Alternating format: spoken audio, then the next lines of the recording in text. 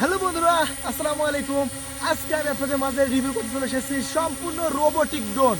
হ্যাঁ, এইরকম robotic drone আপনি একটাও বাংলাদেশে পাবেন না। দেখুন এমন স্টাইল রোবটের, দেখুন পাখাগুলো ব্রাশলেস মোটর এবং পায়ে মোটরটা কিন্তু নিচের দিকে, এই যে দেখেন লক্ষ্য করেন, এই যে মোটর কিন্তু নিচে।